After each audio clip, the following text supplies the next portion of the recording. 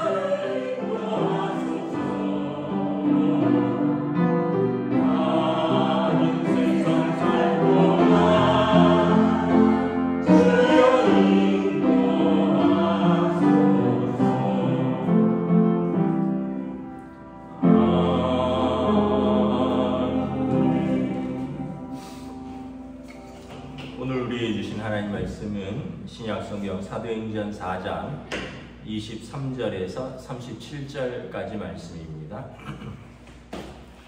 사도행전 4장 23절에서 37절까지 말씀 다 찾으신 줄 알고 저 여러분들이 한 절씩 교독하도록 하겠습니다.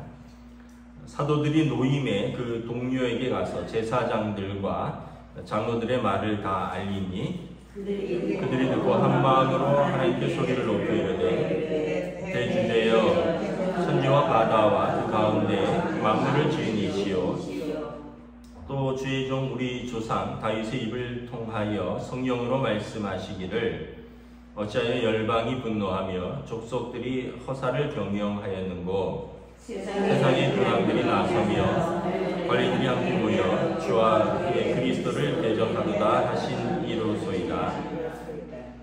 과연 헤롯과 본디오 빌라도는 이방인과 이스라엘 백성과 합세하여 하나님께서 기름 부으신 거룩한 종 예수를 거슬러 하나님의 권능과 뜻대로 이루려고 예정하신 그것을 행하려고 이 성에 모였나이다.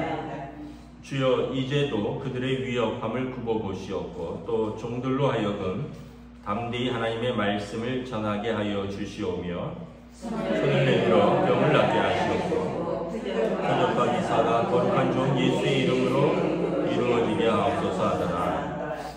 빌기를 다하며 모인 곳이 진동하더니 무리가 다 성령이 충만하여 담대히 하나님의 말씀을 전하니라. 믿는 무리가 한 마음과 한 뜻이 되어 모든 물건을 서로 통용하고 자기 재물을 조금이라도 자기 것이라 하는 이가 하나도 없더라.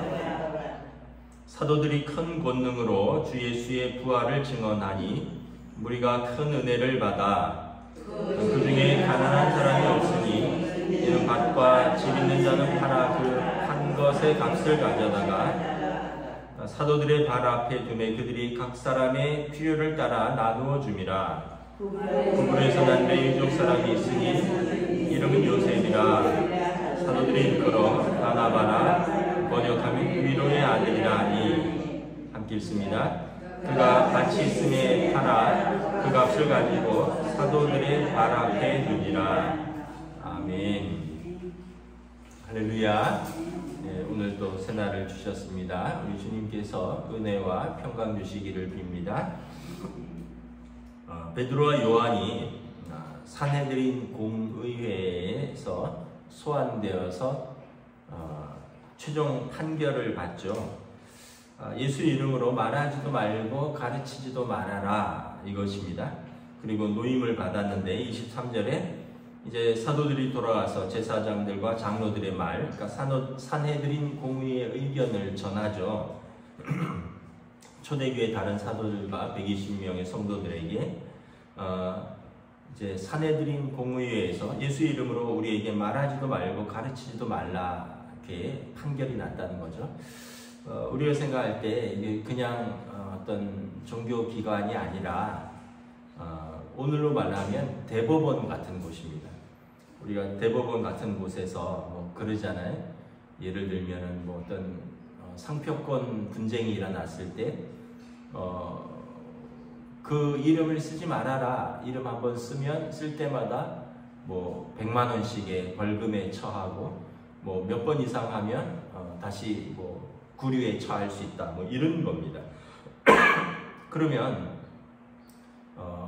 뭐 용기 있고 돈이 많은 사람은 그러면 하겠다. 내가 한 뭐 그 이름 쓸 때마다 뭐 100만 원 뭐씩. 근데 그게 쉽지 않죠. 왜냐하면 우리로 말하는 이게 사법기관의 판결이라는 거예요. 최종 판결이라는 거예요. 산헤드린은 사형을 명할 수 있는 것입니다. 예수님을 십자가에 예수님의 신성모독으로 사형을 구형한 것이 산헤드린입니다.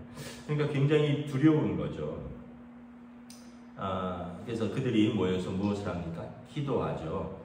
24절에 그들이 한 마음으로 하나님께 소리를 높여 이르되 대주제여 천지와 바다와 그 가운데 만물을 지은 이시오.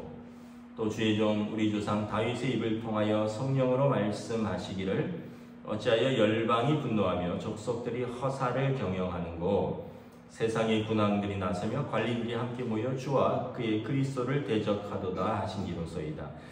시편 2편의 다윗의 탄원시입니다. 시편 2편에 다윗이 이제 여기 보면 여호 26절에 주와 그의 그리스도를, 시편 2편에는 여호와와 그의 기름 부음 받은 자를, 그때 다윗이 쓸 때는 이제 왕을, 기름 부음 받은 자는 왕이죠. 세상 군왕들과 백성들이 다윗 자신을 대적한다는 거예요. 하나님의 기름 부음 받은 자를 대적하는가, 하나님 어찌하면 좋습니까? 라는 시편 2편의 탄원시인데 이것을 교회가 가져와서 기도하는 거죠. 세상의 군왕들과 관리들이 주와, 참고로 히브리 사람들은, 유대인들은 여호와라는 이름을 절대 부르지 않습니다. 하나님의 이름을 망령 때 일컫지 말라라고 해서 야훼라는 이름을 결코 부르지 않고요. 글자는 있는데 야훼라고 쓰여져 있고 읽기는 아도나이라고 있습니다. 주님이라고 있습니다. 우리가 하나님의 이름을 함부로 쉽게 생각하는데 하나님의 뜻이다, 하나님의 말씀이다. 근데 참고로 유대인들은 절대 하나님의 이름을 부르지 않는다는 것을 기억하시면 됩니다. 주와라고 말합니다.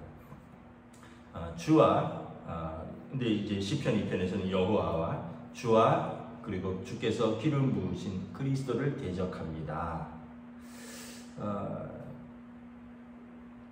여러분 27절에 보면 헤롯과 본디오 빌라도는 세상 권세자들이죠. 헤롯 분봉왕이고요. 빌라도는 로마 총독입니다. 그리고 그들이 이방인과 로마 사람들이 말합니다. 그리고 이스라엘 백성과 합세하여 하나님의 기름 부으신 거룩한 예수, 그러니까 세상 권세죠. 헤롯과 빌라도가 세상 권세가 하늘의 권세자이신 메시아, 하나님의 기름 부으신 예수를 그들이 배척했고, 그리고 그들이 십자가에 못 박았다는 거죠. 그런데 28절에 보면 그것도 하나님의 권능과 뜻대로 이루려고 예정하신 것을 그들이 행한 것입니다. 십자가에 못 박으신 것은 이사야서 53장에 고난받는 종으로서 메시아가 자기 백성을 위하여 고난을 받아야 한다는 하나님의 뜻을 이 세상 권세자들이 자기 뜻 같지만 사실은 하나님의 뜻으로 이루어졌다는 것입니다. 그래서 계속 기도합니다. 주여 이제도 그들의 위협함을 굽어보시옵시고 종들로 하여금 담대히 하나님의 말씀을 전하게 하여 주시오며. 여러분, 기도가 무엇인가를 잘 보여주고 있습니다. 기도는 두려운 상황과 문제에 몰입되어 있는 우리들에게 이걸 이제 자기 몰입이라고 합니다. 그런데 하나님이 어떤 분이신가, 그리고 하나님께서 우리에게 행하신, 과거에 행하신 놀라운 일들을 기억하고 그리고 그 하나님을 바라보는 것이 기도입니다.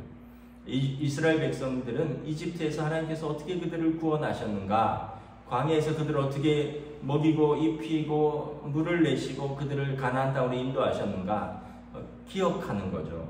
여러분, 이것이 이제 문제와 두려운 상황에 몰두해 있는 것에서 하나님을 바라보고 하나님이 어떤 분이신가를 기억하고 하나님을 바라보는 것.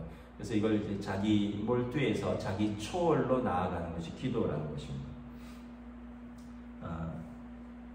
우리가 기도하지 않으면 그냥 문제에 푹 빠져 있습니다. 두려운 상황 속에 그 한가운데 들어가 있기 때문에 두려워서 어쩔 수가 없죠. 근데 기도하면 우리가 두려운 상황과 문제 속에서 하나님이 어떤 분이신가? 하나님이 어떤 분이십니까? 24절에 보면 천지와 바다와 그 가운데 만물을 지으신 그 하나님이십니다. 그리고 그 하나님이 우리에게 무엇을 행하셨습니까? 우리를 자기 백성 삼으셨습니다. 내가 너를 버리지도 않고 떠나지도 아니하리라 약속하셨습니다. 그 하나님 앞에 기도함으로 우리가 하나님을 바라보고 하나님을 기대하는 것이죠. 기도의 내용은 무엇입니까? 29절부터 30절에 보면 교회가 성도들이 또 사도들이 해야 할 일을 담대하게 하게 할 수 있도록 하나님 힘 주시옵소서. 담대히 하나님의 말씀을 전하게 하여 주시옵고 손을 내밀어 병을 낫게 하시옵고 표적과 기사가 거룩한 종 예수의 이름으로 이루어지게 하옵소서.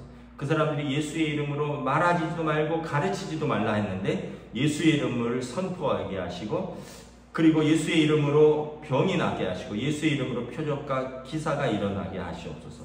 그들이 기도할 때, 함께 기도할 때 모인 곳이 진동하더니 성령이 충만함을 입어서 그들이 담대히 하나님의 말씀을 전하기 시작합니다. 그리고 이제 표적과 기사가 일어나죠. 표적과 기사가 일어나는데 우리는 베드로와 요한이 나면서부터 한 번도 걸어본 적이 없는 그분을 일으킨 것만 표적과 기사라고 생각하는데 저는 또 다른 표적과 기사가 계속해서 일어나는 것을 봅니다. 32절에 있죠. 믿는 무리가 한 마음과 한 뜻이 되어 모든 물건을 서로 통용하고 자기 재물을 조금이라도 자기 것으로 하는 이가 없더라. 34절에 보면 그 중에 밭과 집 있는 사람이 팔아서 그 판 것의 값을 가져다가 사도들의 발 앞에 두면 이제 교회에서 그것을 팔아서 각 사람의 필요를 따라 나누어 줬다. 저는 이게 가장 큰 표적과 기사 중에 하나가 아닐까. 뭐 안진뱅이가 일어나고 이것만 표적과 기사가 아니라 우리가 말만 사랑이 아니라 물질의 나눔과 섬김의 사랑이 있는 거죠. 우리가 요즘 만약에 밭과 집을 팔아서 뭐 어떤 교회나 어떤 선교단체나 구제하는 데 썼다 하면 사람들이 저 사람 제정신인가 이럴 거예요. 아니 제정신이냐? 근데 여러분 사람들이 제정신이 아니었다는 얘기죠. 근데 그 제정신이 아닌 이유가 32절에 보면 한 마음과 한 뜻이 되어, 그러니까 초대교회 성도들은 서로를 가족으로 생각했다는 거예요. 한 마음과 한 뜻. 여러분 우리가 가족이 있으면, 여러분 만약에 뭐 좀 어려운 자녀가 있다면 부모가 집도 팔아서라도 도와줘야죠. 여러분 형제 중에 또는 뭐 부모가 어려움을 겪고 있다 그러면 장성한 자녀들이 밭이라도 팔아서 봉양해야죠. 그러니까 가족이라면 당연한 거죠. 그래서 초대교회 성도들은 다 한 마음과 한 뜻이 되어서 서로를 가족처럼 섬겼다는 거예요. 그러다 보니까 뭐 집도 팔고 밭도 팔고 또 그래서 각 사람이 필요를 따라 나누어 주는 것을 아까워하지 않았다는 거죠. 그러니까 진짜 가족이 된 것이죠.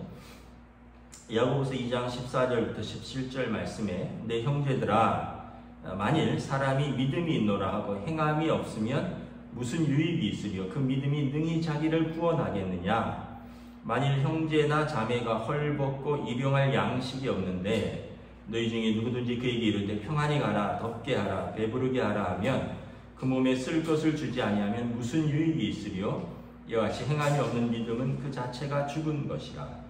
그러니까 초대교회 성도들은 살아있는 믿음이었다는 것을 그들이 보여주는 거죠. 여러분 헌금에 대해서 유대인들은 두 가지 생각을 가지고 있습니다. 첫째는 하늘에 쌓아두는 것이다. 자기 재물을 땅에 쌓는 것이 아니라 하늘에 저금하는 것이다. 그래서 예수님께서 너희 재물을 하늘에 쌓아라. 거기는 도둑도 없고 동록이나 뭐 녹슬고 좀 먹는 일도 없다. 그래서 여러분 우리가 하나님 나라 갈 때 아무것도 가져갈 수 없죠.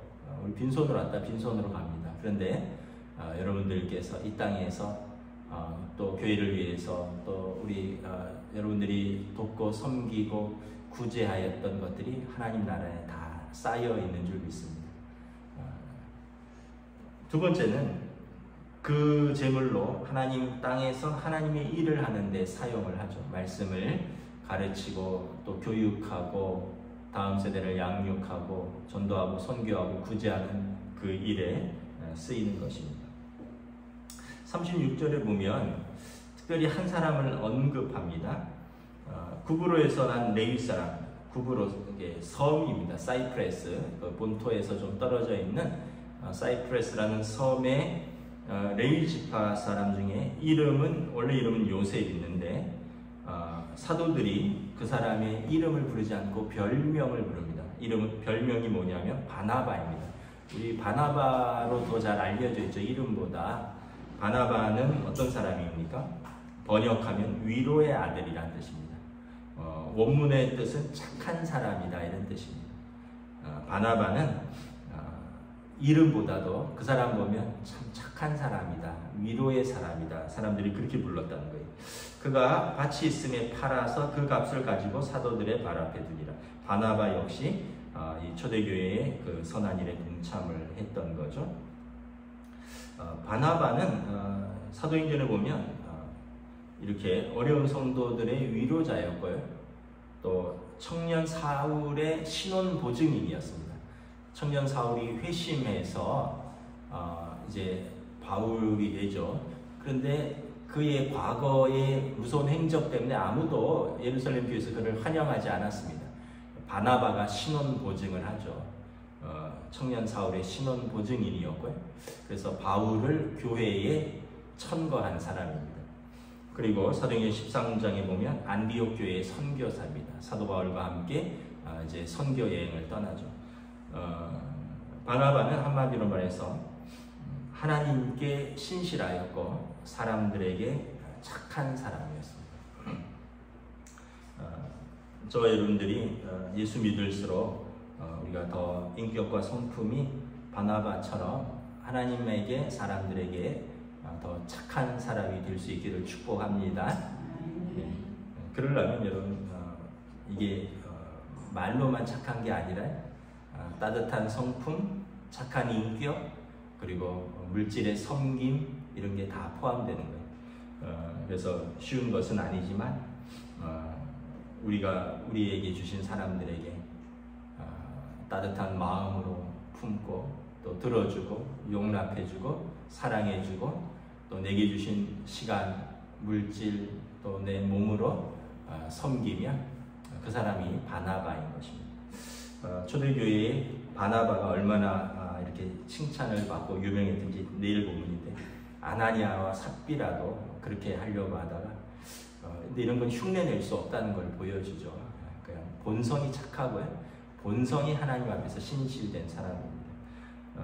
저와 여러분들이 서로가 서로에게 바나바와 같은 그런 귀하고 또 선한 믿음의 동역자들이 될 수 있기를 주님의 이름으로 축복합니다. 기도하겠습니다. 하나님 은혜를 감사합니다. 초대교회가 사내들인 공회의 결정에 의하여 두려움과 또 위협의 상황 속에서 그들은 할 수 있는 것은 하나님 앞에 힘을 모아 간절히 기도했습니다. 그들이 천지의 주제이신 하나님께서 세상의 관원과 권세들의 그 위협을 물리쳐 주시옵소서. 그리고 우리가 예수의 이름으로 담대히 하나님의 말씀을 전하게 하시며 우리가 예수의 이름을 선포할 때 그의 이름으로 병이 나고 기사와 표적이 일어나게 하시옵소서. 바울과 베드로와 요한의 그 나면서부터 안전뱅이의 병을 고쳤을 뿐만 아니라 이제 그들의 전체 공동체 삶에서 우리가 서로가 한 마음과 한 뜻으로 서로를 돕고 구제하며 그래서 하나님을 찬양하고 온 백성에게 칭송을 받는 그러한 초대교회의 모습들, 참 세상에서는 알 수도 없고 들 수도 없는 참된 표적과 기사가 초대교회를 통해서 일어나는 것을 봅니다. 특별히 바나바를 언급하며 그는 위로의 사람이라, 그는 착한 사람이라, 우리 모두가 예수님을 닮아가는 주님의 제자로서 우리의 인격과 성품과 또 우리의 삶이 우리에게 주신 사람들에게 우리가 나누고 섬기고 사랑할 수 있는 믿음의 귀한 사람으로 서로가 서로에게 바나바와 같은 사람으로 저희들을 또 세워주시고 또 그러한 동역자들을 저희들에게 허락하여 주시옵소서. 감사를 드리오며 우리 주 예수 그리스도 이름으로 기도드리옵나이다. 아멘. 하늘에 계신 우리 아버지의 이름을 거룩하게 하시며 아버지의 나라가 오게 하시며 아버지의 뜻이 하늘에서와 같이 땅에서도 이루어지게 하소서. 오늘 우리에게 일용할 양식을 주시고 우리가 우리에게 잘못한 사람을 용서하여 준 것 같이 우리 죄를 용서하여 주시고 우리를 시험에 빠지지 않게 하시고 악에서 구하소서. 나라와 권능과 영광이 영원히 아버지의 것입니다. 아멘.